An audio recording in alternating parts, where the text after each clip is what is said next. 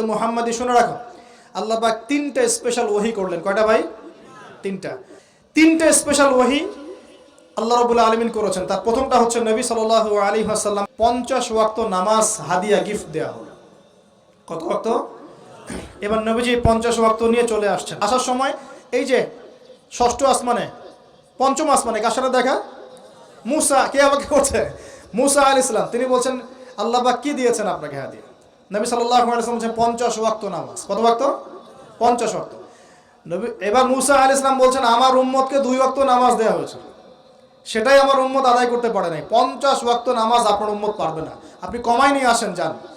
তিনি আবার গেলেন 50 থেকে 45, আবার 45 থেকে 40, 40 থেকে 35, 35 থেকে 30, এই করতে করতে করতে করতে 5 ওয়াক্ত যখন আসলো তখনও নবীজিকে বলা হচ্ছে আপনি আরও কমাই নিয়ে আসেন।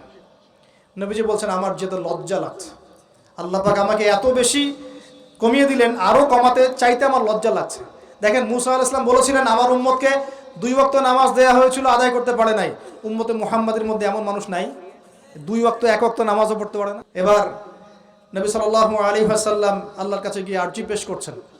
আল্লাহ রাব্বুল আলামিন বলছেন 5 ওয়াক্ত নামাজ আমি দিলাম, কিন্তু 5 ওয়াক্ত যদি তোমার উম্মত আদায় করে 50 ওয়াক্তের নেকি দেওয়া হবে ইনশাআল্লাহ। আরেকটা বেনিফিট তোমার উম্মতের যে কোনো ব্যক্তি যে আমলই করুক না কেন 10 গুণ বাড়ায় নেকি দেওয়া হবে ইনশাআল্লাহ। কিন্তু তোমার উম্মতের কোনো ব্যক্তি যদি গোনা করে তাহলে গোনাকে 10 গুণ বাড়ায় দিব না ইনশাআল্লাহ। গোনা একটাই থাকবে। গোনা কি হবে? একটাই থাকবে। আর নেকির কাজ করলে 10 গুণ বাড়ায় দেওয়া হবে। 1 টাকা দান করছেন 10 টাকার নেকি হবে।